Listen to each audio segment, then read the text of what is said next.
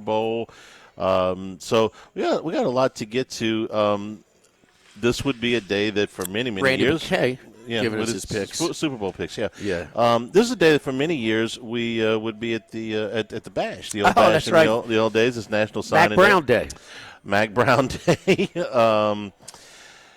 But the time we figured out that yes, beer and donuts can be consumed in the same sitting. But that First one was the Travis Minor one. DiNardo. It was definitely DiNardo. Yeah, it was DiNardo. Well, he did the very first. They didn't call it a bash, but DiNardo invited what they used to call like Friends of Football. No, that's a different deal. That was in New Orleans. But this was an extension of that on signing day.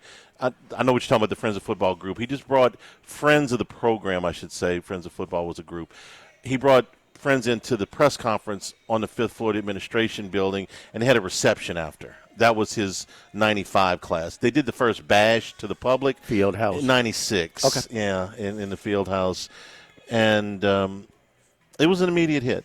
It was – for those that made fun of it, it was just a bunch of old guys sitting around a fax machine. Part of it. Okay, that wasn't untrue. I mean, that wasn't untrue, but it was a off-season pep rally, and at that time, LSU was looking for something to get behind. It had gone through the Curley years. They'd just gone through 7 straight losing seasons, and so they're throwing a parade to go to the Independence Bowl. That's right, I'm not exaggerating. No. Not at all. I remember the Advocate headline, winners, after they beat Arkansas, to clinch a bowl game. Because they were going to a New Year's Day Bowl. One of the Arkansas games came down to the CarQuest Bowl. A New Year's Day Bowl, and they ran I think it was Danny Ford's team. They ran the option for about 400 yards rushing. It was right about that. Yeah. They got beat on that Thanksgiving weekend. No, it was a pep rally. It was a feel-good thing for LSU football. It's an immediate hit, and it was also right about the time that the internet was exploding, that websites, Rivals at the time was really coming of age, and more recruiting stuff on the internet in 1995, 96. It was exploding. You got a lot more people interested in recruiting.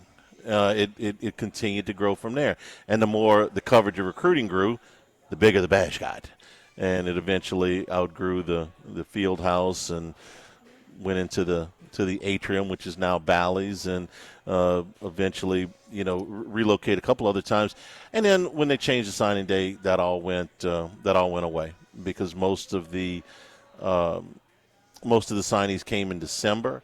And the first year we tried to do a party. We did, and it was successful, but it's very small. And it just, during the holiday season, people got other things going on. Recruiting wasn't top of mind. It didn't work. So now we have. But it's a Wednesday during the day. It's near it's an LSU football fan sort of Mardi Gras. Taking a personal day. Taking the day off and just going, I'm sorry, but partying a little bit with how many kegs would Mockler Beverage go through, on that day. So, I mean, it was a little Mardi Gras deal. That's a work day during a day celebration, and I love it. But part of it was, Charlie, was the video, and this is when I got out of doing my own in-state top 30. And I would go to spring games, and I would call the coaches and whether go visit the coaches, or they would send me VHS tapes, which I had an old VHS edit machine. But when these guys started, like Rivals started, they started doing it 24/7. I mean, I was like, I can't compete with this. I mean, it's just what they took it to such a level. This was a side piece, sort of a supplement to my radio show. And I was like, no, I can't do this. I mean, but that was part of it, too. You go in there, and they got on the big screen, and you're seeing the heights and weights, and that all runs together. I mean, Then give me a visual. Let me see what the kid looks like. And I know highlight films for recruiting prospects can be misleading because you got to watch the whole games to give a true value, but it's still a visual. And that just – I mean, it's so much more valuable than, as much as we could talk about an hour with the coach about it. But no, when you put your eyes on the prospect, then then you get an idea. These are so common now that you can just log in and get 50 minutes of film on any high school player you want, pretty much. Yeah. But back then it was rare. I remember so many of the people who would come to the Bash and see a player for the first time they've been talking about for months and go, oh, I didn't realize he was that tall or that short. I didn't realize that he was that fast. All of those things. And do you remember what a fight it was to get that video cleared? Oh, I know. Because the NCAA would not allow you – think how prehistoric this is.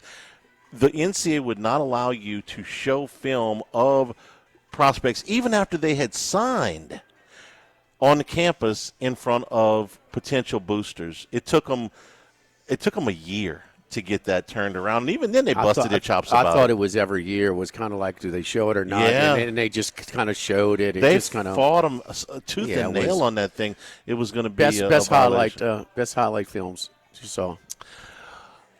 Of guys that didn't turn out to be stars? Whatever. Kevin Falk's video will always stand out to me. Kevin Falk was just an unbelievable talent. They were showing Kevin Falk footage. That wouldn't have been a bash. Not at the Bash. No, are you talking about just at the Bash itself? Well, that's what we're talking. We're talking about Bash era. Okay, well that was the first year. That was when they showed that film before it was a Bash. Right. That first one. I would tell you that when I watched 295-pound Johnny Mitchell run a running back down from behind, that was a big one. I had seen most of Michael Clayton's highlights live, but his was one that stood out to me. There was a kid out of Houston named LeVar Johnson who put together one of the greatest highlight tapes I've ever seen. He didn't really pan out as a player, but that was great. Chad Jones was and his son signing with Southern today. Oh, really? Yeah, Okay. which made me think of his video. How's his which health? was I haven't seen, the last time I saw him was at one of Jacques' celebrity softball games for Red Rock and Blue, and he was doing fine. That's been a few years ago. When I say it, you're going to say, "Oh yeah." There were Chiron Carey. Yes, Chiron Carey. Yeah. Come on, man. I mean, God, that was so stupid. Chiron Carey had eyes in the back of his head. He was one of the most dynamic players. And the other kid who never came to LSU, but I remember Noel Devines. Mm-hmm. Just stupid ankle breaking left and right, just one after the next, after the next, after the next. So, but it was I was away for, and what were they doing? They were trying to build resources. Yeah. They were trying to, support some money. Friends of Football was created because it's not to the whole TAF, and they're going to decide how they distribute it. No, it's going straight to football. The Gridiron Club, no, not just going to TAF where they could distribute how they want, and kind of everybody gets a little piece. No, it's going all to football, and so they had to circumvent it, and that's where they were, because that's where it was pre the ticket situation, the surge for arts, the tradition fund, whatever you want to call it. But I mean, it was so behind the times where you're in the West Upper on Double M and you're paying the same amount as a guy on the 45-yard line 20 rows up. I mean, so they were having to scratch nickels. I mean, it was a big deal, man. We got a new weight room. Great. Okay. And that's one of the things that obviously Saban kicked up to another level. Wait a minute. Y'all are – everybody is paying the same amount of money for these seats? No.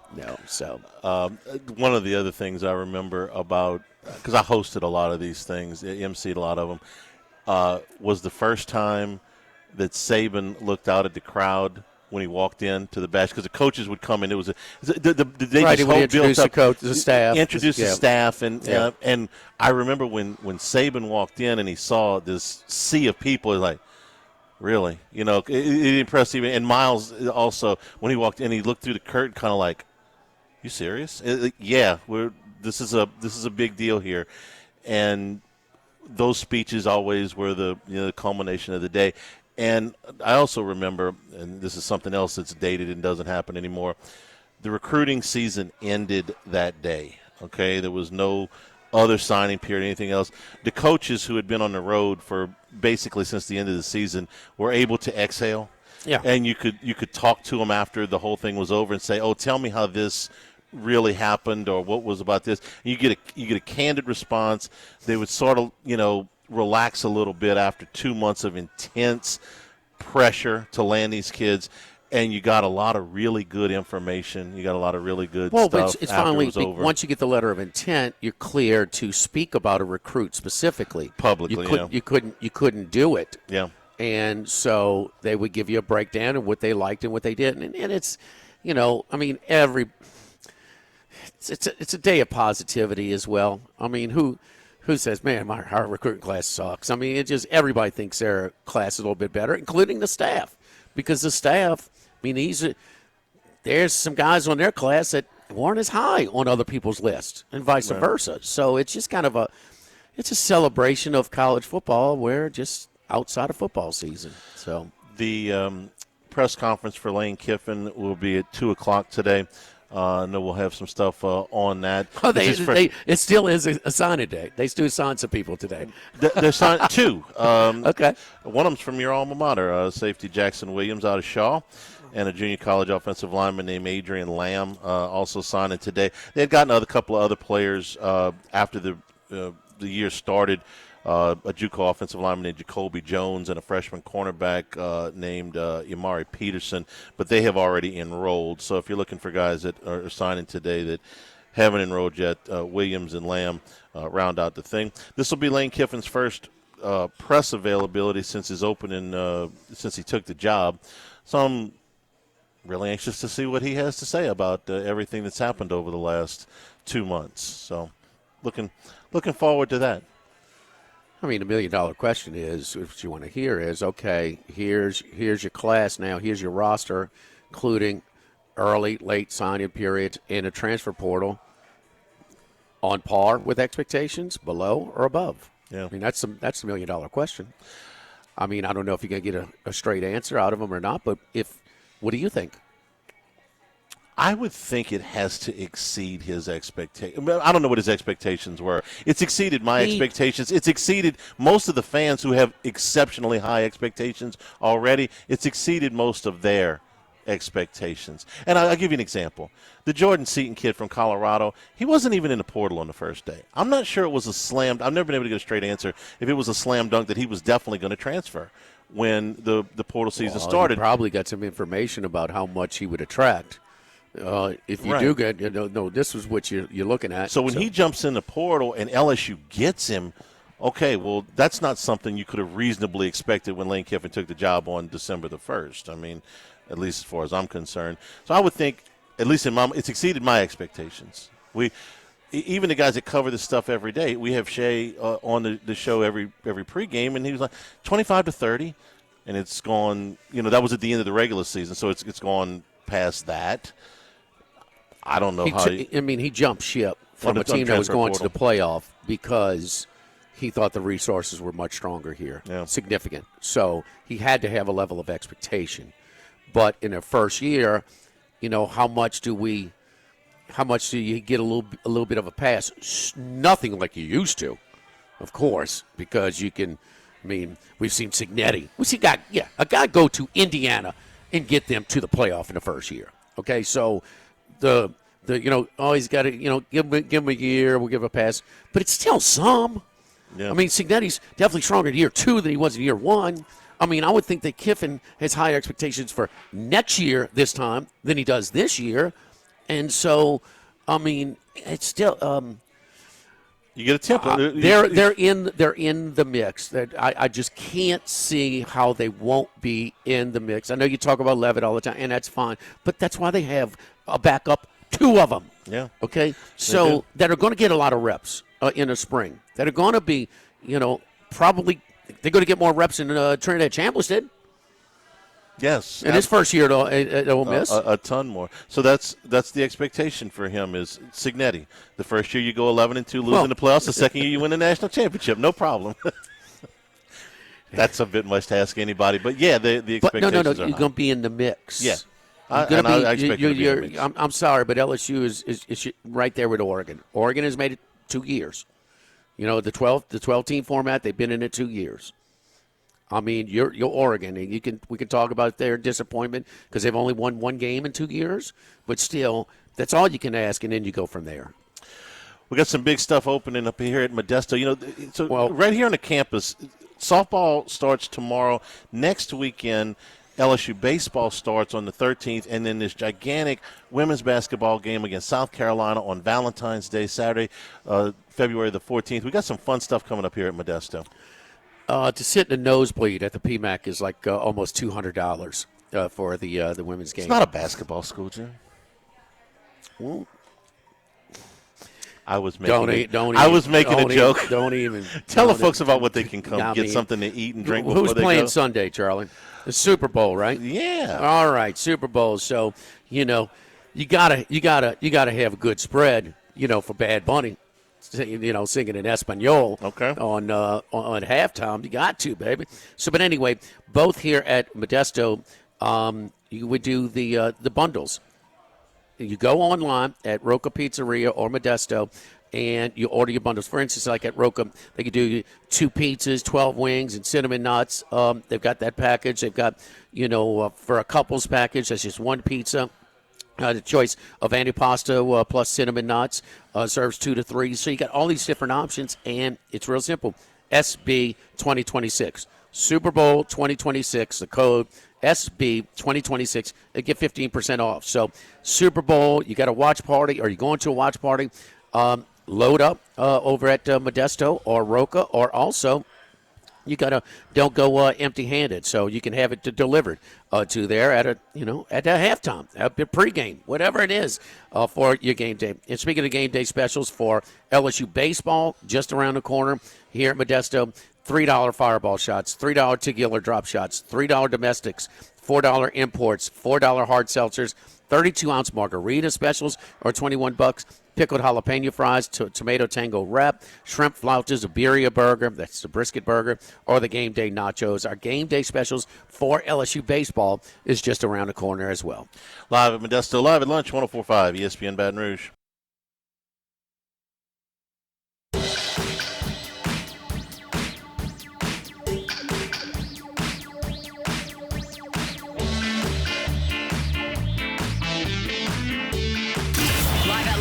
With Ott and Hanny from Modesto on Burbank on 104.5 ESPN Baton Rouge.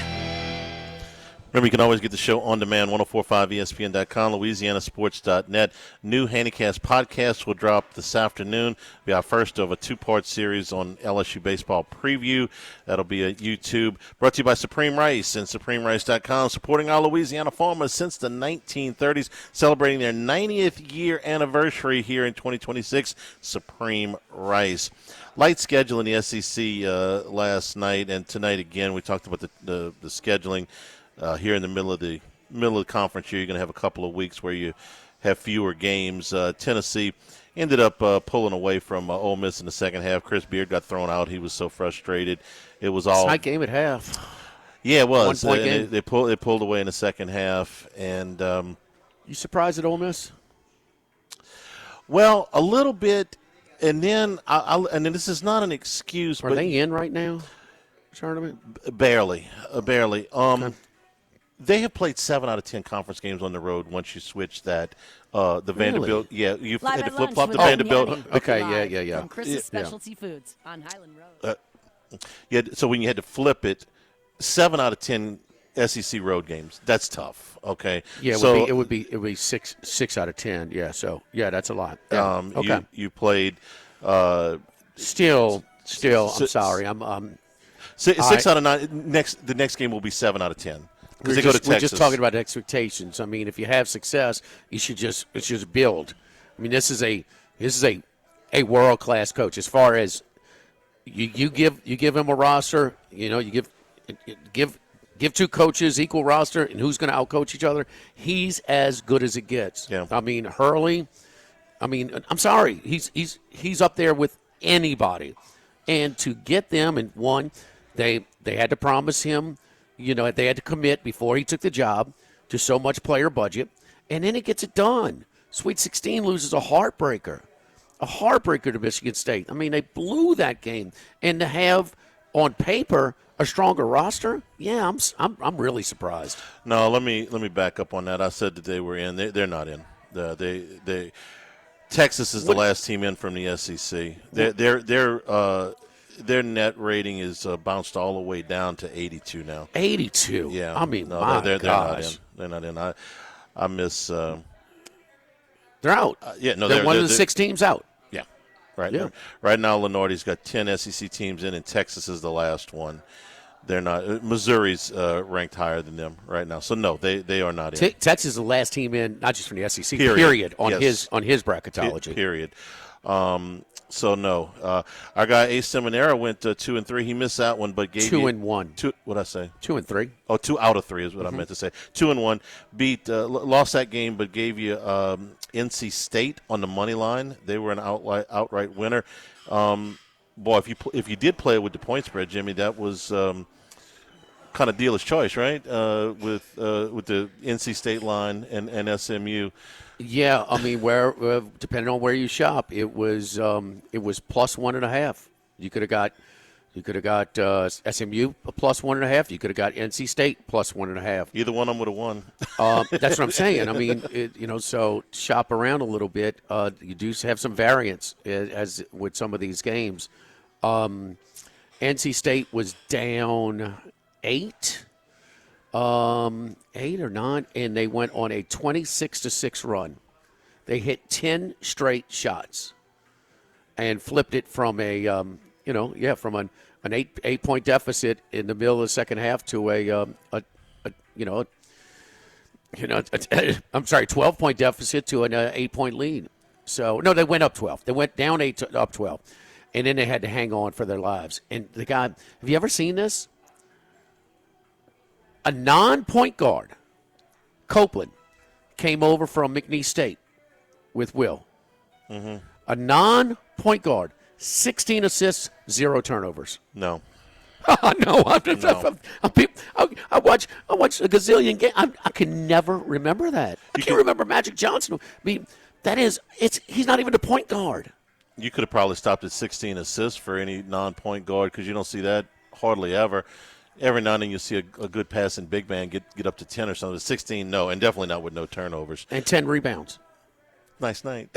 Unless you had the minus 1.5, he went 0 for 2 from the line with 15 seconds to go. Yeah, can't be perfect. No, nobody's perfect. But Will is, and you know what too? You look behind the bench, they got about 50 fans or something. They're into it. These are sort of probably, the guys who are instrumental in, helping support the program, support the player budget. But they've won 5 in a row now after a low spot. I mean, they were 14.5-point favorites at home to a bad Georgia Tech team and lost. And then they flipped it. The next game, they went on the road to beat Clemson, who was 6-0 in the league at the time. And now they have one of their best conference ACC records right now. Since the glory days. They're 8-2 in the league, which is tied for third. Duke's out in front, of course, but they're right there with Virginia and Clemson, who are both ranked, and ahead of North Carolina, who is ranked, and ahead of Louisville, who is ranked. Let me give you a handicapping approach again, as far as you're in the middle of these games, and it's a finesse in live betting. But here's your stand. This is college basketball. This is not every sport. If you have up to a 4-point middle, I would consider anywhere from 25 to 50% trying to middle. That was a classic case last night with Tennessee and Ole Miss. You had a 5.5, as much as a 5.5-point middle. Well, part of it is you insure your original bet, because when they went up and stormed them, it cut your losses. Now, are there going to be times where you're just giving away some of your winnings? Yes, and there's going to be times where it falls in the middle and bada bing, bada boom, Charlie. USC was the other game he gave us tonight. Last night they beat Indiana. That was one of my picks too. 81-75. That was a late game. You probably don't know this off the top of your head, the exact number, but give me an idea. And we can ask Wes Reynolds about this later. The traditional Big Ten teams that have got to go do the Los Angeles swing to beat USC and UCLA, who are both good, not elite, but good. UCLA's in a tournament. You both are in right now. Yeah, both are in. UCLA's 8-4 in the Big Ten, and USC 6-6 in the Big Ten. So they're reasonably good to be able to go out there and do that West Coast swing. It's tough. Very tough because you space too. It's not even the Pac-12 schedule where they would play Thursday, Saturday. So you play, you have an off day, and then you play again. Right. This is not like that. You're going to play on Saturday and then play on a Tuesday. It's a lot of time to be away from home, especially be away from the classroom. But they're smarter. and they can handle it. And so, but it's just stretched out too. It's you got one. I think it's going tonight. Iowa.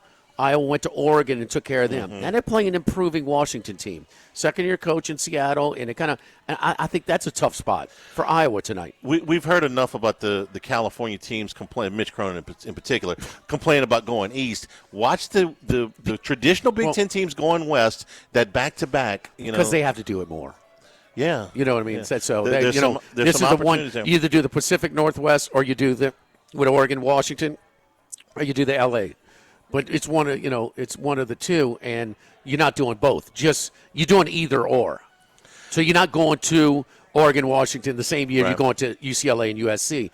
UCLA, on the other hand, because they're having to do it the whole damn schedule, minus their Pacific Northwest, run. And you shouldn't get any kind of crazy line. Like I said, they're good teams. They're not great. They're a 10 and 11 seed right now. So you're going to get some reasonable lines. Don't forget our friends at Legacy Title, Chad Reynolds and Legacy Title for all of your real estate closings, 296-0060. Full-service title company servicing all of South Louisiana. Ashley Donald, Adrian Galata, Michael Platt, Marion Haynes, Natalie and Bradford Smith. Buying, building, refinancing. Nobody chooses but you. My man, Chad Reynolds, and Legacy Title, 296-0060. Big Dog up next. Come on. Here's some Live at winners. Modesto, live at lunch, 104.5 ESPN Baton Rouge.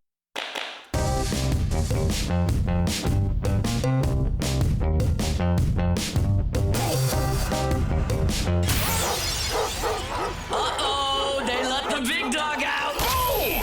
Out of nowhere. It's time for the big dog, Randy McKay, with his best picks. Big Dog, where you at, man? Arizona, Dakotas, Vegas. I got to say Vegas. You in Vegas right now, huh? Not in Vegas yet. I go there tomorrow for the weekend, and Okay. and of course going to be at the big Derek's party there at the circus. So that should be exciting again this year, and look forward to it. And it's always a fun time. Which one? Give me a description, because we're always, kind of working around here at one of the sports books. I'll be at Beau Rivage this weekend down at, I know you've been there before, but is it in a ballroom to bring in special TVs and stuff, or?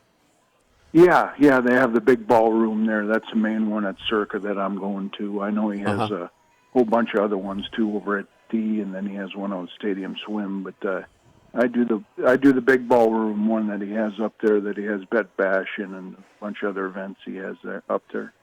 Gotcha. So the top shelf liquor, the really good spread on food, and and I guess the red carpet. You coming in on your with your Bison jersey on or something, huh? I mean, it's that's great, man. I heard it was one professional gambler drop your name on something recently. I forget. It might have been on Mitch and Paulie's show, But look, I have to, extend a congratulations, because a lot of people really respect your picks and just flat out follow you blind, or strongly consider, at least really get them to think and consider your selections. And you're not on Sundays, but your picks are repeated on Sunday. And we had another profitable football Sunday this past year, so you're a big part of it, man. We appreciate your contributions. Yeah, always good to give out those, 3 to 5 picks or whatever I can find every week, and seems like that's been working for us throughout the years. And even our shows we used to do at Bet Rivers did pretty well, and of course now extended over to Crack Wins, so that's gone pretty well. So just always fun to find and help people out, and always find good bets out there, and try to teach people how to, bet a little smarter and put some money in their wallet rather than give it to the sports books. Very good. Very good. Are we seeing another? Let's get to the game. 4.5, 46.5, Charlie, is that what we're looking at right now? But is this another case, and you and I share this approach, but recency bias in so much of the betting public bets based on what they saw last. And if we saw the conference champion, and I was like, damn, how's New England going to play with Seattle when I was done? But after the emotions settle down, I'm usually fading it. But it's been a profitable approach. Is that what we're looking at again here, with New England being a value? Yeah, maybe a little bit so. I'm still looking to get a cheaper Seattle money line. If so, I'll play it that way. Or if the total goes up, of course, I'll take it under. I think this game is going to be a grinder with these two defensive coaches, and that's how I see it kind of playing out in the props as well. That I don't see that much success running the ball. I see more success, with the short throws and that kind of thing to the backs as well. And this game being a kind of a lower scoring, grinding type Super Bowl, which is not always the best for viewing people, or people want to see touchdowns and action. But I think this is going to be not what they want to see. It's So, gone Randy- down to yeah. 45.5 now. Local. Is what we're looking at. Yeah, I agree. Is it more of a careful approach with two young, inexperienced? 'Cause I know Vrabels has a lot of experience as a player, and that will help him out, with a lot of the distractions and things like that. But still, these coaches, these staffs, and most of these rosters, they're new, and so the jitters and being a little bit more careful, a little bit more safe, that contributes to it a little bit as well. Yeah, you might see that definitely playing out in the first half too. So, if you want to definitely take an under, I see some 22.5 first half. That might be a better way to go than full game under. So, always look for that as well. And I definitely see this game starting off slow, much like other New England Super Bowls have. Even with Belichick as a coach, there's been a lot of times where they didn't even score in the first quarter, so I could see that happening again in this one. Yes, indeed. It's kind of like a heavyweight fight on a big stage. I mean, you're extra careful and, kind of feeling each other out, and it lends itself to these, like first 6 minutes under, no scores and things like that. All right, 4.5, 45.5. So as far as a side, you like the under? Yeah, I like the under more than anything. If that Seattle, so far that Seattle money line hasn't moved down as much as I thought it would. But if it goes down to no below $2, I'll probably jump in on that as well. So I just have a little fear for going against Vrabel as an underdog, which he's been a covering machine over his career. So I see this being a close, low scoring game. So, but I still favor the Seattle side. Okay, you favor the money line only or on the spread as well? Yeah, pass on the side. It would be money line only if I played Seattle. Okay. It's at minus 238 at our local shops here. What is you willing to do that? Maybe tie it into the parlay with a basketball game that day or something like that, or just what is your magic number? I don't think Randy is going to get to $2 or less, but what is your magic number to pull the trigger on a stronger play? It could get to $2, but that would be my buy point. Otherwise, it'd be more of a first half play, probably Seattle 3 and or whatever you can get in the first half. There would probably be a better play, and then under in the first half. Okay, all right, and then the first. See, DraftKings got 2.5 first half, so we got to lay a little juice. That's probably even a better way to go. Okay, all right. Other props, your favorite 2, 3, whatever. I don't know. You can give us 30 if you want, Randy. Big dog. You got an open canvas here, brother. You're like an artist. What's your favorite props that we're looking at? All right, getting back to the theme where I think they're going to throw the running backs. Instead of having success running the ball, I like Walker over 21.5 receiving yards. He's gone over that in most of the games this year, and definitely in the playoffs. So, I like that one. New England. The Spillane might be a big. I would have liked him in tackle props, but he's been getting banged up, and he's a little bit questionable for the game. So that could be a big thing to watch if he's on the field or not on the field. This Spillane, this linebacker for New England. So, they could expose him a little bit here. So I like Walker over 21.5 receiving yards. Okay. Walker minus over 21.5. All right. Next. They talking about a young guy that could be jittery. Drake May. We're looking at. He's been turnover prone. All playoffs here. I like him to. I got a pretty cheap price at the Westgate on opening night, minus 125 to throw an interception. I would play that all the way up to minus 140 if you can find it. I definitely think we get one of those.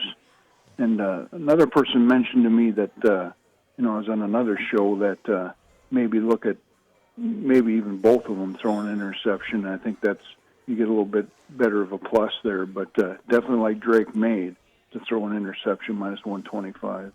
One plus is, at least one is, at the DraftKings, it's up to minus 147. Darnold to throw an interception is minus 131. So I guess if you put them together, they would, let's see, that would come out to plus 194. So right about 2 to 1. So May, an interception, minus a juice on that one. Okay, anything else? Your old wide receiver there, Shaheed. I like him to, every once in a while he does that sprint draw and carries the ball. I think he'll get a couple probably carries this game. I like him over 4.5 rush yards. Might even be able to find that at plus money. Yes, indeed. What's that, Charlie? No, I'm listening. Charlie's taking notes. Charlie's notes. in class. Okay, if he was this attentive during college, he wouldn't have taken him a decade to get out of LSU. But anyway, so Shaheed over 4. Yeah, this is in Randy. We like Rashid Shaheed.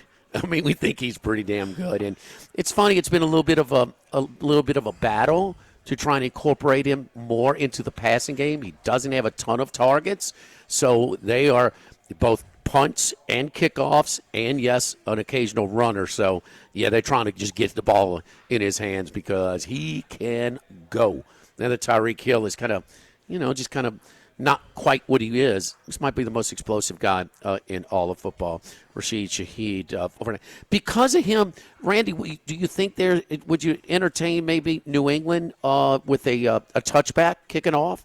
Have you seen a prop on that to try and keep this thing out of his hands? Yeah, I've scouted around a little bit for props like that. Yeah, I haven't. I got to look more into that one. Yeah, that definitely could be a touchback available there, and that, especially if you want to bet the opening kick to be a touchback, that could be another situation as well. Are both coaches defer coaches when they win the toss? Yes, they are. Yeah, there's not one that takes the ball here, so it's just pretty much a coin flip on that one. Okay. All right. Anything else? I think this has gotten too high. Drake May under rush yards. A lot of people liked him over. Yes. I think the line was like 32, 33.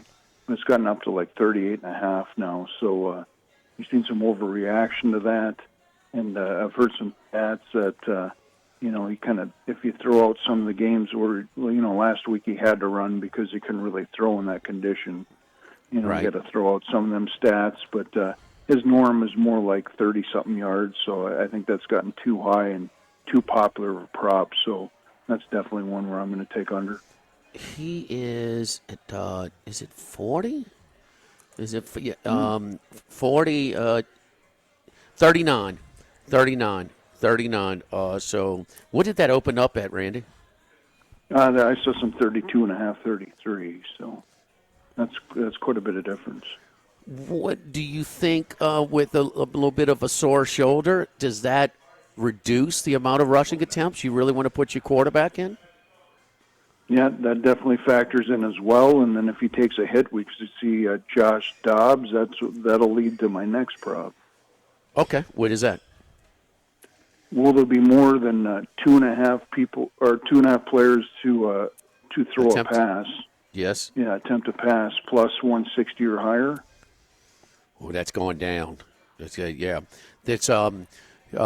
is at the Westgate Superbook said it's by far the most liability they have. Is that on that one? Over 2.5 to attempt a pass.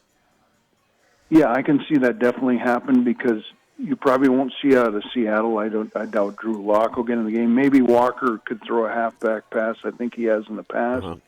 But you could see this out of New England if Drake May has some trouble with his shoulder and Dobbs gets in there for a while, or we've seen it in other Super Bowls with Josh McDaniels as a coach. Amendolo's throwing a pass. I think Edelman's throwing a pass. Yes. I know he has in the playoffs. We could see Stephon Diggs, who I know when he's throwing a pass because I've seen it with Minnesota.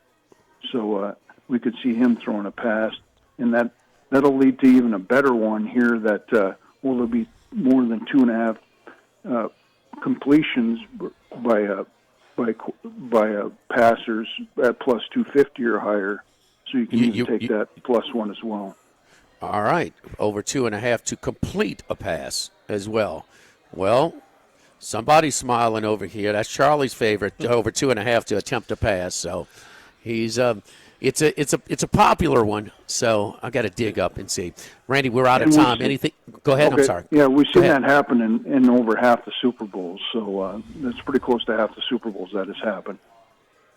You know, and if your parents, you know, had you had a little brother, they would name him Ramondre. How you feel about that, huh? Ramondre McKay. That's got a good ring to it. Huh? I told Ethan, my son, if we had another son, he'd be Usain. So Usainat. But anyway, I digress. Randy, good luck to you, my man. We appreciate it, and we'll be talking to you for different things, draft and other things on your weekly segment. So hope you have a profitable Sunday, man. Good luck to you. Thanks, Randy. Awesome, guys. Good luck, everybody out there. Live at Modesto, live at lunch, 104.5 ESPN Baton Rouge.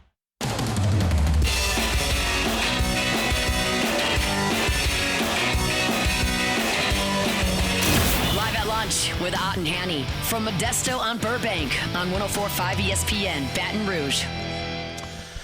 How's your volatility in these prop bets lines as we go through the week? More than just your regular volatility on lines? Because it's, you got a menu of, I don't know, 700-800 prop bets, so you're not going to have as much traffic. And so the lower the volume, the higher the volatility. So that over 2.5 to throw a pass is kind of juicy right now, right? No, it's still getting, I think, at DraftKings. No, I mean, in a good way. Plus 190. Yeah. Plus 190 that's considerably better than when Randy was citing. So, yeah. Yeah, at that number. Don't worry, he's going to get the right line. Yeah, if complete it's only 250, then attempting it at 190 is a far better play, my opinion. What's that? If completing 2 is plus 250. Oh yes, yes. Hour number 2, straight ahead of Modesto.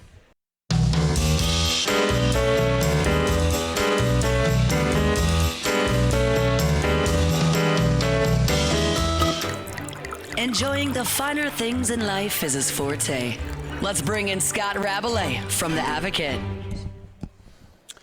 All right, over here at Modesto, before we get to Scott, don't remember, for the big game in this weekend, for the Super Bowl, think about Modesto, think about Roca, what we have over here for our game day lineup.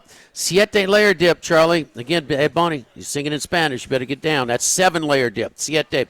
Half pan serves 10 to 12. The flautas, chicken or brisket, a dozen or 2 dozen. The empanadas with beef picadillo, dozen or 2 dozen.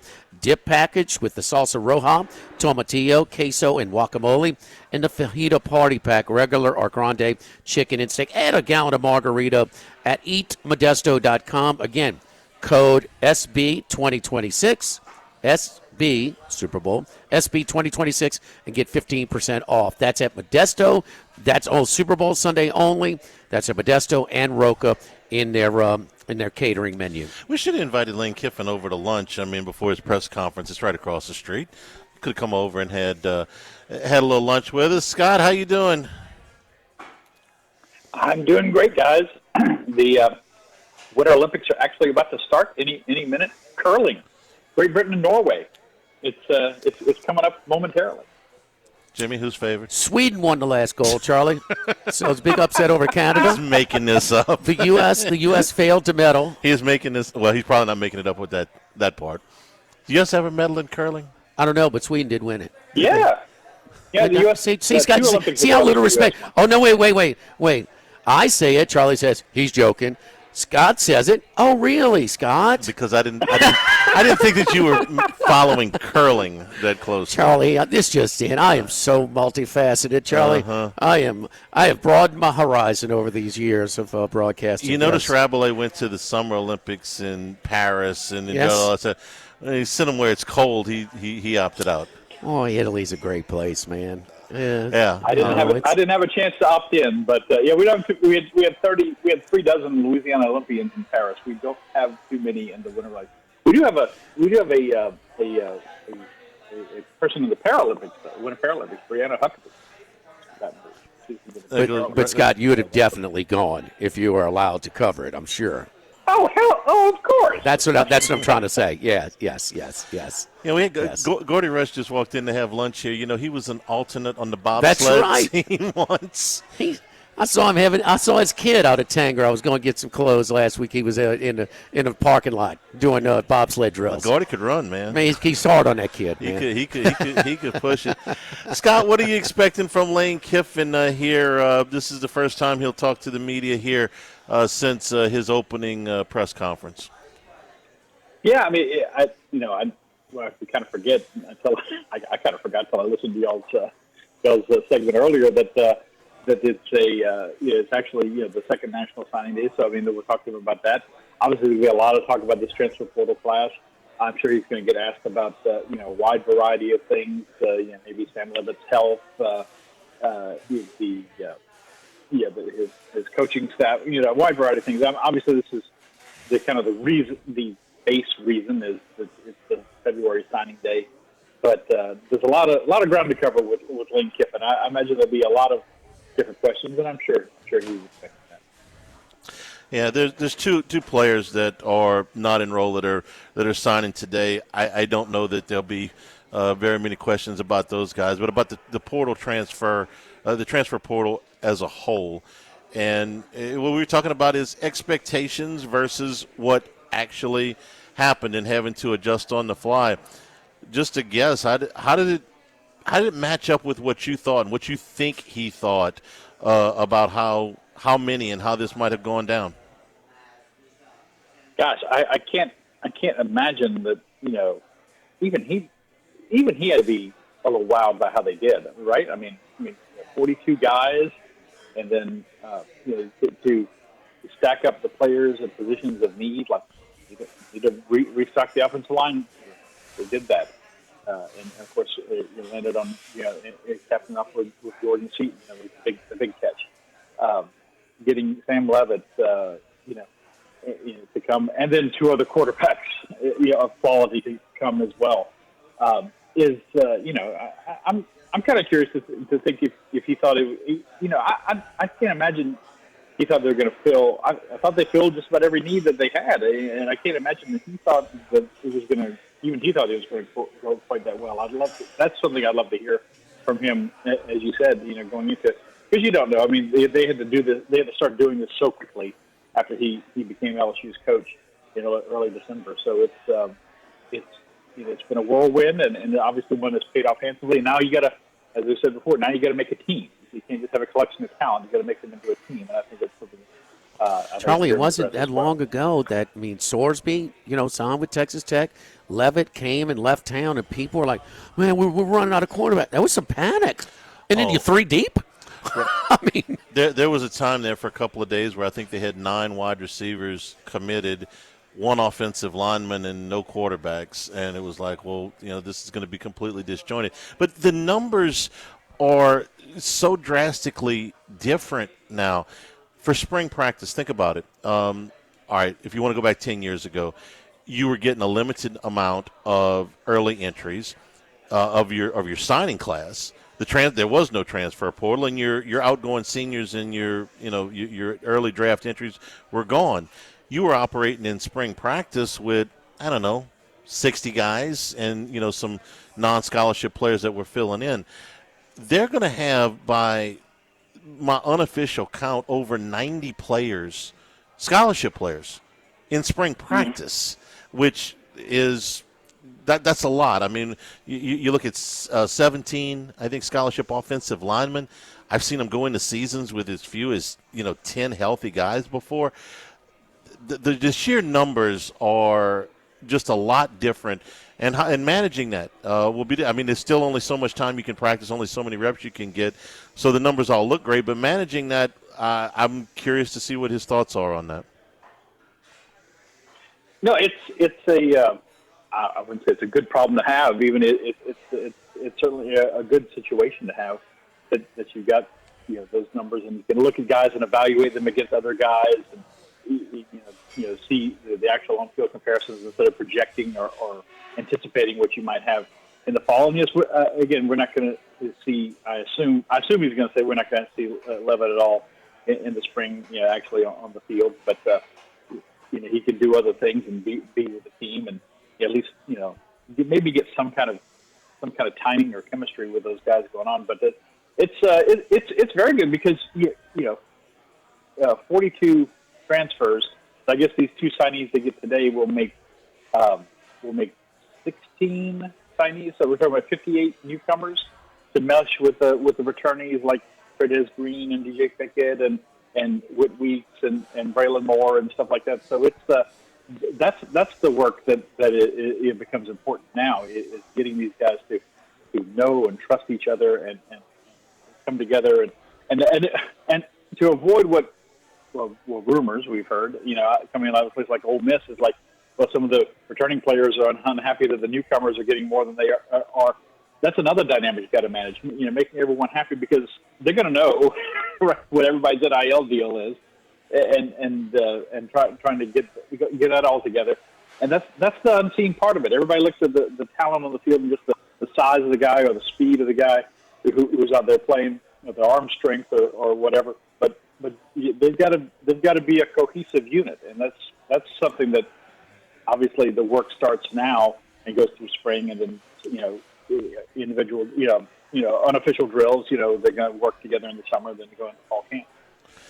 Yeah, NC State had the most interesting counter to that I have seen so far. They put it, apparently, I read this, in their NIL deals that if anybody discloses what they're getting, they're subject to have to give part of it back. It's a pay penalty. Yeah.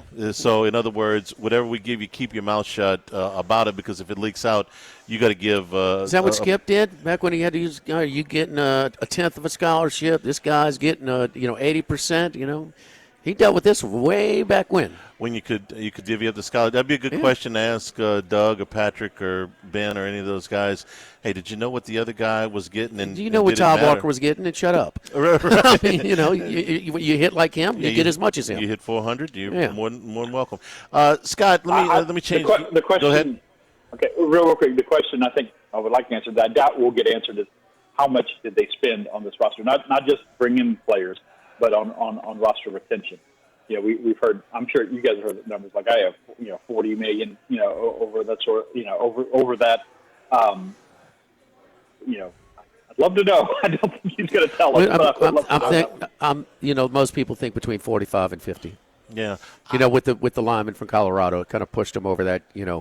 Over Brian Kelly was very anxious to share the number last year, if for no other reason than to combat. This is just my opinion, to combat the idea that we're not spending any money and we're not working. No, we spent $18 million. We went out and did all this stuff. I don't know if Kiffin wants to give that number out or not. That'll be interesting to see if he's anxious to share that number or not. It's believed to be the most expensive roster this year. And you look at the number. They're the number one class, so you would think maybe they were the most expensive class. We'll see if he wants to talk about that.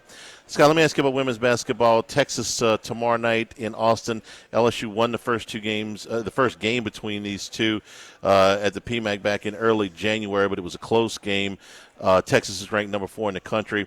Then a trip to Auburn, who's really struggling, and then South Carolina comes in here a week from Saturday on Valentine's Day. Game day will be here for that. And Kim Mulkey has not beaten Dawn Staley yet. This may be the year. So a very interesting 10-day stretch coming up for the LSU women's basketball team. Oh, yes. I mean, this is a season-defining stretch. I mean, they lost the 2 SEC games to open against Kentucky and Vandy by a total of 5 points, and they've ruled off 7 straight wins. Got the rebounding problems fixed. They've out-rebounded everyone they've played since then, including Texas, even though Oldacre, their reserve center, had 16 rebounds. LSU still out-rebounded them. 6 of those by double digits or more. They still lead the nation in the rebounding margin, plus 19.3, I think. But they're half game back to South Carolina in the SEC standings. The big jumble of teams that are in contention, but this will define it. They're going to Texas and South Carolina. They could at least get a split. I think they at least have a shot, but I think 3 losses to win the SEC is maybe a little asking for it. They probably need to win both of them, which is a very tall order. But they didn't beat Texas the first time. Texas is a tough place to win. I think they won 38 straight at home. Then they go to Auburn, which they should win, and then the big game against South Carolina. As you said, they have not beaten South Carolina in the regular season or in the SEC tournament. They avoided playing them in 2023 because Iowa beat them in the national semifinal, and then LSU beat Iowa for the national title. You can win it, obviously, as LSU did 3 years ago, without winning the SEC. But this is one thing that they have. This is one of the couple of things they haven't done under Kim Mulkey so far. This team is playing really good now, guys. And they solved the rebounding problems. Jada Richard has cemented herself as the point guard for this team, and gives them yet another scoring threat in their backcourt, along with Michaela Williams and Malaysia Fawali and Flau'jae Johnson. And they're playing good defensively to offense. They're humming on all cylinders right now, and they need to be, because this is obviously such a big stretch of the season, and will determine their NCAA seeding to a large degree, that sort of thing. All kinds of things are at play over here the next week and a half, for sure. They fixed the rebounding problem. Give Bob Starkey credit here. He ordered a bubble. What did he do with the bubble? He put it on top of the rim, and they've been working. They hadn't lost a rebounding battle since. Kelvin Sampson. The drill. Yeah, the bubble on top of the rim. Yeah. They put one of those on there. It helps you, judge rebounds. They come off in all kind of different angles, and he put that in. Had you even seen one? Reed Darcy took a picture of it and put it with his story earlier this week. It's on our website right now. It's got all these little bumps and humps on it. I'd never seen one before, but obviously it does the trick. Yeah, I'd seen one before, but I was kind of the belief that most teams use these before they started the season. When you go through your off-season drills, and I didn't know how much they used it during the season. The only coach I've heard of it, I've used it, was Kelvin Sampson. And they routinely lead the country, or near leader in the country, out of 350, 60 teams in offensive rebounding. So I mean they. Some people joke that the way they shoot, they don't need a bubble. They're gonna brick it up there anyway. But no, it's a useful tool. Apparently, it's something that he's most known for it. Yeah. Scott, we appreciate it. We'll talk to you next week. We'll see you over at the presser here in a little while. All right, guys. Thank you. Hey, Charlie. They the Texas, South Carolina, 2 of the next 3 games probably decide if they're a 1 seed or not. Right now, you win the next 3 games. It's going to be hard to keep you out with those. If they win those 2 games, I can't imagine they're not. They're 2 right now. They're 2 right now, and they're net 5. So right there, knocking on the door. So yeah, absolutely. And I don't. If they lose to Texas tomorrow night, I can't imagine that they're going to get docked very much. You just heard his stat about. Well, you split. That's what's expected. You win the game at home and you lose the game on the road. That would be a completely acceptable these are 2 toss-up games. LSU's every bit as good as those teams. Yes, absolutely. Every bit as good, but where's South Carolina right now? Are they a 1 or a 2? They're 1. Okay. Texas a 1? Yeah. Okay. Texas in the net rankings. Texas is 3, South Carolina's 4, and LSU's 5. There you go. So we are brought to PMAC. We are brought to you by the Thibodeau Store and the Pierre Part Store. Save on do-it-yourself projects right now. Channel Lock gear is up to 50% off on the website. Same-day pickup offering for everything on the website. Also, delivery available on some of these. Also, good deals right now on Black & Decker. Over 100 items on the website from Black & Decker for do-it-yourselfers. They are on discounts as well at thethibodeaustore.com, where you get to all 4 of the properties. Thibodeau Store, 900 St. Patrick Highway in Thibodeau. The Pierre Part Store, Highway 70 in Pierre Part, and open in LaRose and Lockport too. If you're looking, you're getting ready for baseball tailgating, your outdoor cooking equipment at the Thibodeau Store and the Pierre Part Store is fantastic for your home outdoor kitchens as well. Lots of gear and accessories to go with that. Open until 5:30 again online. Open until 5:30. Again, you can go online at thethibodeaustore.com. The Thibodeau Store and the Pierre Part Store. Live at Modesto, live at lunch, 104.5 ESPN Baton Rouge. Live at lunch with Ott and Hanny from Modesto on Burbank on 104.5 ESPN Baton Rouge. From east, north to south, but we're heading west. It's Wes Reynolds from VSiN. Wes, how you doing, buddy? I'm well, Jimmy. How are you, sir? Doing great. Getting ready for the Super Bowl. Let's start there. 4.5. Lines, the totals come down to 45.5. How you see it? Yeah, and I really haven't changed my mind either way. That I think Seattle is going to win the game. I think the number is right at 4.5. What I would like to see is maybe some Patriots money come in, and I think you might see a little bit of that over the weekend. Not making a seismic move, but I think some people are going to talk themselves into the Patriots here because of the fact that, look, there was no, I think, real number one standout great team in the NFL this year. It wasn't like last year where you felt you had the clear two best teams with Philadelphia and Kansas City. This year, it could have been any number of 6 or 7 teams that could have been in the Super Bowl, and these happen to be the 2 that did get there, and fair play to them. I would like to see Seattle go down to about a minus 200 money line if I could get it there, because I think that they're going to win the game. I think that this just fits the story, right? Sam Darnold bounces around the league, so many expectations. He finally kind of finds a home in Seattle after a career year in Minnesota, and I know there's concerns with the late turnovers with Sam Darnold, but it just seems to kind of fit that narrative that they're going to win the game. And the Patriots, they got through that playoff run, but there's still a little bit of questions about them because they never really beat, I think, the team's elite. Or when they beat the good teams, they certainly didn't beat them at full strength like Denver in the AFC Championship game. So Seattle minus 4.5. Seattle minus 238 right now. Might be a little bit ambitious to ask them to go down to $2, Wes. Yeah, I know. It might land at 225. That's kind of like the market low. I actually see a 220 out there. So I think they're going to win the game, but I have not bet the side. I did bet the total at the open at under 46. I'd still go under 45.5. I think that this is a slow start that maybe picks up in the second half, but one of those props I always play, and I'm going to probably play it again, is that no score in the first 6:30.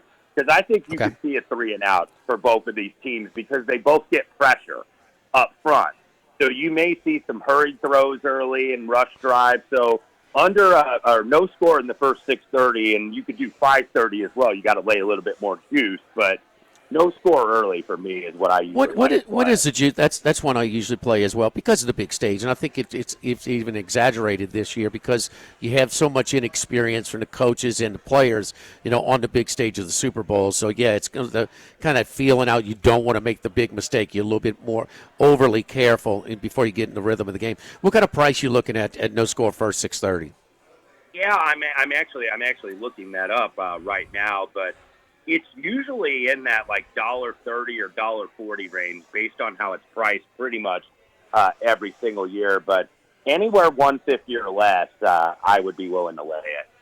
Okay, all right. Give any other? Give us a couple more props that you're interested in. Yeah, one that was kind of juicy and it's moved a little bit, so you're seeing probably like $1.75 or $1.80 right now. Travion Henderson over a half a reception. He got shut out, of course, in the AFC Championship game. A lot of that was because of the weather and just how the flow of the game was. And I think that they're going to use him a little bit more because I think there's going to be times where Drake May is going to have to get out of the pocket. And maybe they'll use him more in the running game. They certainly did after the bye week and then in the playoffs where he had 60-plus yards against the Chargers and also in the AFC title game. But Henderson, I think, is kind of that bailout guy. And Ramondre Stevenson's more of the workhorse and the grinder. And I think Henderson from Ohio State is one of the more big play guys. So I think they're going to try to get him involved in the passing game. So I did lay over 0.5 receptions with minus 165. I'm seeing some 180 out there right now. And then also played Hunter Henry, some of his overs. You could play over 3.5 receptions minus $1.30, over about 37.5, 38.5 yards. I think that juice is $1.15, $1.20. They're going to look to get him involved. Because if you look at the Patriots, other than Diggs, who are the receivers that you really trust, I think, on that team? So that's why Drake May is going to have to use those tight ends and those running backs and maybe play a little bit more phone booth passing game, if you will, with those guys, some short routes, keep the chains moving. I like the angle, Wes. I mean, I think a couple of things working here. With the rookie left tackle Will Campbell at LSU, it's been a bit of a battle. Trying to to block these elite rushers in the playoffs, and well, when you having protection issues, you run draws and screens, and not only that, but Seattle, their defense has given up more receptions to running backs than any team in the NFL. this year. Hunter Henry got our friends at the DraftKings outlets at Bally's and the Queen. Hunter Henry, 4 or more receptions is minus 132. And so that's, I was unable to look up the Henderson one real quick. Henderson is 2 or more is plus 205. 2 or more is plus 205 that I'm seeing. So over half is minus money. So there we go. All right, your favorite props. All right, let's get to the Phoenix. Have you been to the Phoenix Open, Wes? I mean, or did you spend all your travel stipend on Indiana football? Well, the latter for sure, and still spending more on merchandise that is on back order that we're waiting to come in. I want the championship merchandise, man, that fresh new batch. But I went years ago. I went once. I plan on going again at some point, but it's obviously a bucket list if you're a golf fan. It's fun, and maybe some of the patrons get overserved. Raise his hand, guilty as charged the year I went. But, it's a wild atmosphere. It's fun. It's always Super Bowl weekend, and you get a good field, and you've got another one this year. Yes, indeed. Who are we looking at, Wes? Yeah, and look, I'm going to try to beat Scotty Scheffler again. Remember, I actually have the claim to fame, or not really a claim to fame, but I was aboard Scotty Scheffler for his first win here 4 years ago at 28-1, and I've been trying to beat him ever since and haven't succeeded as much as I certainly would like. But I started with Matt McNeely, mid-30 price range, let's call it 35-1. Ended up 10th last week. He was tied for second at one point in the final round. Like, nobody was catching Justin Rose. But Matt McNeely, 2 top 10s here each of the last 2 years. I think he could go well again. So there were a couple guys I played based on form. McNeely, one of them. Pearson Cootie, by the way, another one, 66-1. He was T2 last week at the Farmers. Hot start so far this year. 13th, 18th, and 2nd in his 3 events. Was number 1 for stroke gain off the tee. That's going to be important this week because you're using driver basically 90% of the time on this course. And birdie or better, super high, total driving, super high, DIR, super high. So Pearson Cootie. And then I played a couple speculative ones where I just played twice this year. Guys that aren't on good form, but just getting to the number, it's like, wow, they shouldn't be this high. I played Morikawa north of 50-1 this week. And he has not been great as of late. Of course, he hadn't won in a couple years, but he's still one of the best iron players in the world, and you always worry about that putter. But if you're hitting your irons good enough, you're going to at least make a few putts just on accident. And solid desert golf record. He's won in Dubai, won the Barracuda up in Reno, so lives in Las Vegas. I think he'll like this course. He should be a fit here anyway. As should Kurt Kitayama, another Vegas resident, 75-1, UNLV grad, well adept at desert golf. He was 8th here 2 years ago. 5th on the tour in driving distance last year, and you're going to have to hit driver on most of these holes. So Kurt Kitayama is one I played. And then in terms of the bombs, which I obviously play at smaller increments, I played Sepp Straka the other day at DraftKings at 88-1. This guy, by the way, is number 12 in the world. And remember last week, Justin Rose, number 10 in the world, and he was 25th on the betting board, and he ran running away. Sepp Straka, by the way, I counted up and down the board, 34th on the betting board this week, despite the fact he's number 12 in the world. So Sepp Straka is a guy I wouldn't be surprised went well here. And then the triple-digit guys, Andrew Novak, 105-1. T7 last week in San Diego. He was 2nd on approach, 8th here 2 years ago. He's kind of a streaky guy. Remember, he won down in New Orleans last year with Ben Griffin after he had a runner-up and then a 3rd the week before. So he's a guy that tends to put good finishes together. And then Ha Tong Lee, Chinese player, 105-1.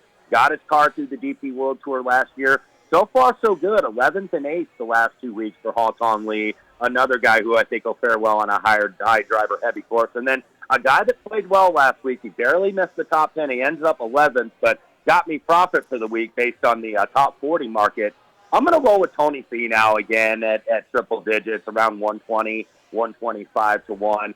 Scottsdale resident, was runner-up here a few years ago to Webb Simpson, losing in that playoff. Maybe that gave him some confidence last week. He hit his irons great, as well as he's hit them in about a year plus, a calendar year plus. So I'll take a shot with Tony Finau, and then all of these guys you spread, top 30s, top 40s, and whatever. That's what's been actually helping me this year because we hadn't hit the first outright yet in 2026.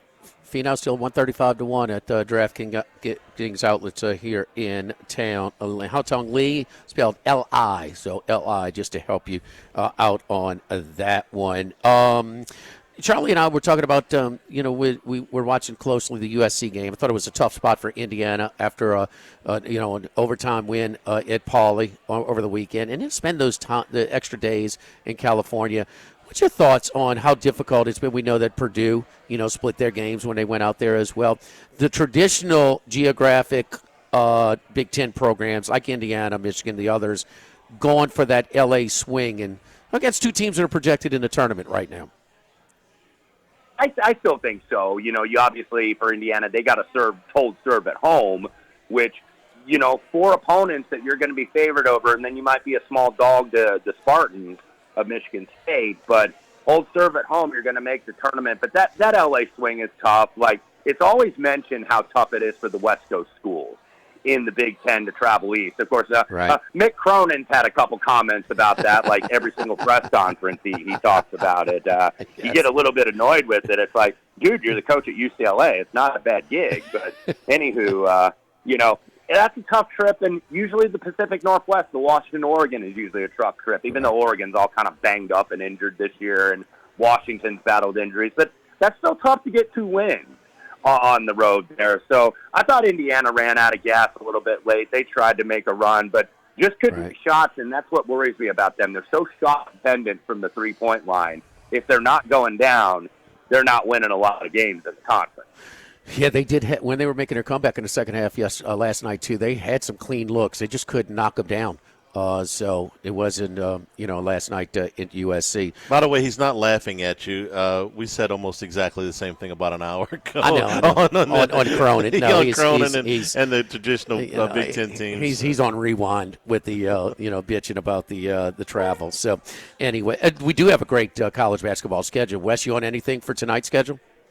Yeah, a couple I played. I hesitate to say buy low when you're laying 8 points here, but this might be a buy low spot for the Crimson Tide here against Buckyball and Texas A&M. That looks very public doggish here. Somehow this team is, 7-1 in the SEC? I think they've been the big surprise in the conference. But Alabama, took that beating against Florida on Sunday, but they're used to playing this fast-tempo style. We know Alabama, that's what they do, rim and three. They shoot seemingly 43s a game, and maybe they knock a few down tonight. I laid it with those guys, and then a couple others I played. I played Stanford getting 4 against Clemson tonight. We talked about the tough travel trips. North Carolina found out that was pretty tough going to Stanford and Cal, and now it's Clemson having to do it this weekend. 3.5, 4, I do like the Stanford Cardinal there, and then Oklahoma 9.5 at Kentucky. I want to see if that gets up to 10, but I'd be interested in the Sooners. They've been the big disappointment, but they're not a bad team. But the SEC is such a, good balanced conference that somebody's got to lose a bunch of games, and it's been Porter Moser and Oklahoma. But I'm still not convinced of Kentucky laying that big number. Man, we are on the same page. I know Charlie's looking about Alabama, but Oklahoma, another double-digit lead lost on Saturday. At home against Texas. I mean, it's a guy that was on a hot seat last year, and man, they have blown some leads in conference play. And yes, not only is Texas A&M atop the standings in the SEC at 7-1, they're also 7-1 against the spread. And Wes, your guess, the only team they didn't cover against, your first 14 guesses don't count. LSU. So we're a basketball school. So the LSU Tigers. I do remember that game. Yes. That was misleading, huh? The Buckyball. Wait, this is Texas A&M don't look too good here. I mean, that's a game that LSU could have won in College Station to start, but they press off of missed shots, missed free throws. Their pressure. It's not token pressure just to speed up the pace. It is hard pressure. What's the total in Tuscaloosa tonight, Charlie? Now 179.5. Up a point since we started the show. 179.5. I had to sweat that Alabama-Florida under on Sunday because I got to tell you, with Florida, they had that big lead. It's like, work the clock, guys. You don't have to rush. I know that's the system, but it's like they just kept driving right to the basket as I'm sweating this total, but it barely got under, fortunately. please be kind to the UPS man with your national championship gear on back order, okay? All right? I mean, Absolutely. Absolutely. It's a hard job filling all this gear and all of this stuff. They're all on back order, but we're going to get some sweet jackets come March. always the most fun on the ascend, on the ride up, and there's never been an ascend like this in college football. Enjoy it. Follow Wes on Twitter at Wes Reynolds 1. Wes, good luck to you this Super Bowl weekend and the rest of your stuff. We appreciate it. You bet, guys. Thanks for having me, as always.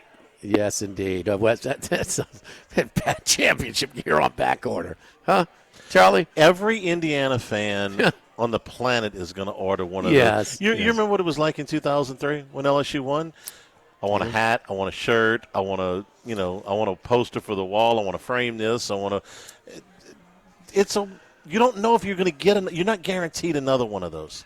I don't care who you are. Ohio State, LSU, Alabama. You're not guaranteed another one of those. It was similar with that first 91 baseball championship too, because we're so far away from, that college football traditionally, not now, traditionally is not something you shoot for you have realistic.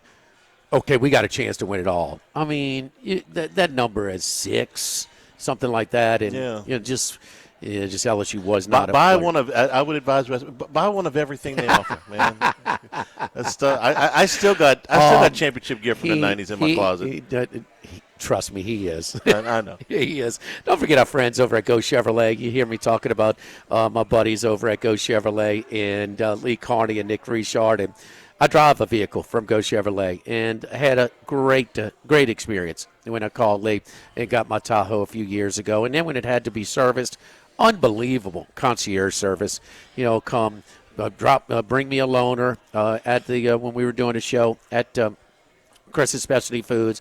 They were done with it. I was at home by that time. They came in, returned the vehicle to my home and picked the loaner back up.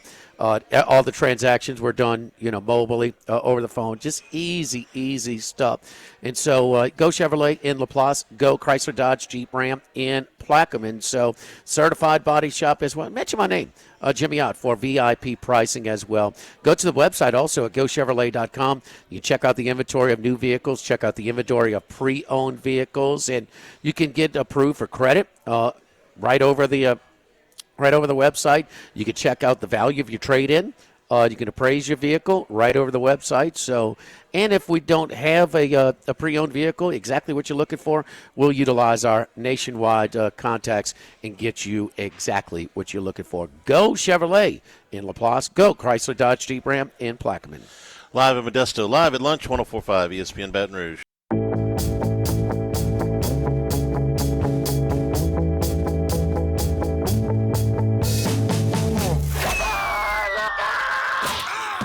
Wednesday Consensus Golf Picks are brought to you by Dana Brown at the law offices of O.C. Brown. Back here at Modesto, tacos, tequila, and whiskey. Big deal going on here for the Super Bowl and also for the upcoming LSU events. The softball season, the baseball season, both opening up here in the next 2 weeks. And LSU, South Carolina, women's basketball on Valentine's Day. Game day with Modesto. That's right. Siete layer dip, Charlie. What's siete? 7. There you go, Charlie. Bad bunny Hanny. You love all his songs. You gonna be jigging, doing that little Hanny jig, the Bad Bunny jig, the Bad Hanny jig, the last Bad Hanny. The there last we go. halftime show I can remember watching was Prince. Which, Well, however many years ago was that's, that? I listen, it's impossible for everybody to like the same style of music. Yeah. That's why they have so many channels on the satellite radio. Right. But he killed it. I mean, that's kind of with one universal. Yeah. I'm usually somewhere. There's something else going on. I don't watch it. Our demographic wants to see guys 40 years removed from their prime, and the other people want to see guys that are. He's got more downloads than Spotify 4 straight years. He's won Grammys, Speaking of the Grammys, I was watching the Pro Bowl a little bit last night. He was on. Do the players think it's the Grammys when they show up with their gear? They are decked out, man. CeeDee Lamb and Joe Burrow. I was like, wait, are y'all going to an award show? And I'm going to need a minute here. You watched the Pro Bowl? It was on one of the 7 TVs. Okay. Okay. I'll give you that. I saw the clip on Twitter with Jamar Chase. Jamar Chase ran an interception back for a touchdown. That's what I need to know about the Pro Bowl. Okay. They had the girls. But yes, it was on. I had all the TVs occupied. That's what happens when half the SEC teams take off the weekday. Okay, and I have fewer than 7 Can I get to the Siete layer, Dip? Fewer than Siete TVs in my house. There you go, Bad Henning. Half pan, 10 inch to 13 inch, serves 10 to 12. We got the flautas, chicken or brisket, dozen or 2 dozens. The empanadas, beef picadillo, dozen or 2 dozen. The dip package, that's salsa rojo, tomatillo, queso or guacamole. Fajita party pack, regular or grande. That's regular or big, Charlie, large, chicken and steak. Add a gallon of margarita. EatModesto.com. EatModesto.com. Again, use the code SB2026. SB2026 at either EatModesto.com or RocaPizzeria.com. SB2026 for Super Bowl 2026. That's the discounts this Sunday only. Don't go empty-handed for your Super Bowl watch party this Sunday. Consensus golf picks. Yes. Where is Max is outright. Okay. The one consensus that he has in common pick. Pearson Coody. This Coody guy he's from Plano, Texas. That's all I know. But he is just. When they were interviewing, Amanda was interviewing Brooks Koepka. After the post round, and said, "Well, I don't know half the guys." I'm thinking, this guy is up there he's top 20 almost every week. You can get up to 70-1. Max tells us the best number right now is at Bet Rivers for Pearson Coody. Also taking a shot with the long shot, Hatong Lee, L-I, tells us that is anywhere from 90 to 110-1.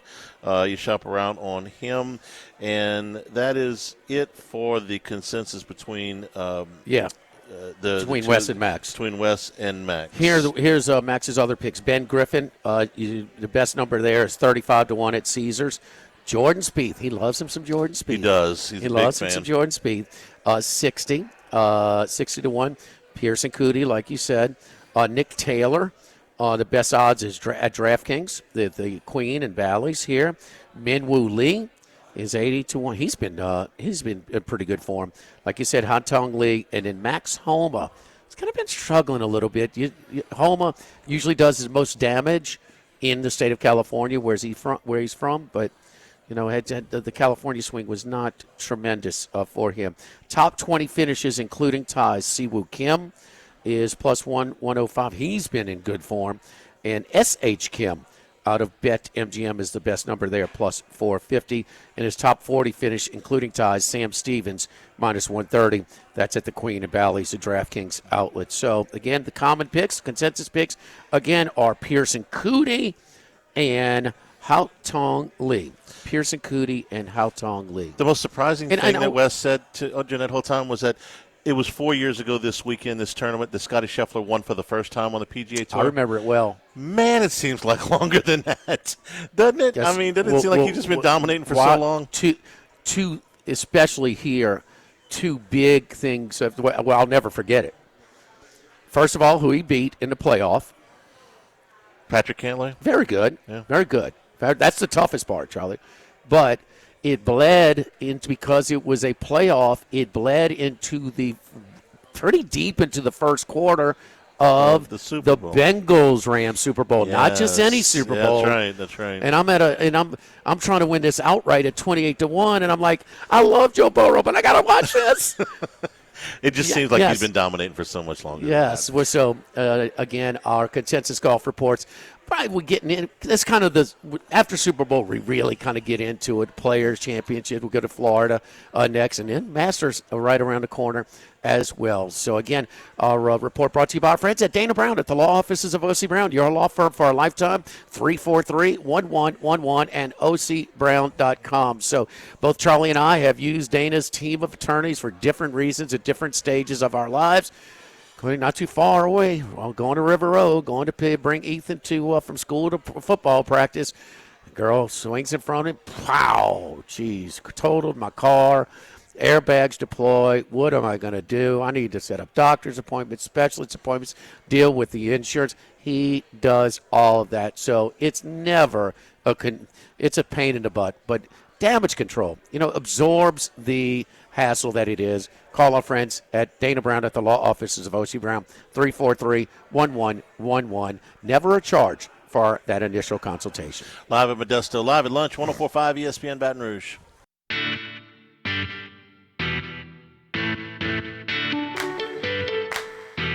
Live at lunch with Ott and Hanny from Modesto on Burbank on 104.5 ESPN Baton Rouge. You like scoring? Watch A&M and Alabama tonight at 6 o'clock. Tied at 8.5-point favorite. A&M 3-1 on the road in the SEC. Could have, maybe should have won the other one against Tennessee. They're catching 8.5 points tonight. Total 179.5. They're going to get going pretty good. Crazy. LSU probably gave them their best game this year at their place. For and sure. I thought because I didn't think they were impressive against LSU, against Auburn. That was kind of a flukish run, but I'm way past trying to buck them. They're fun. They are worth the price of admission. Oklahoma and Kentucky is the second game tonight. Thanks to our friends here at Modesto for being our hosts here. We'll have more with on the Lane Kiffin press conference later on this afternoon. What time is that? 2 o'clock. Okay. For Jordan in the studio and us here at Modesto. Have a great afternoon and stay tuned for Hunt on 104.5 ESPN. Live Baton Rouge. at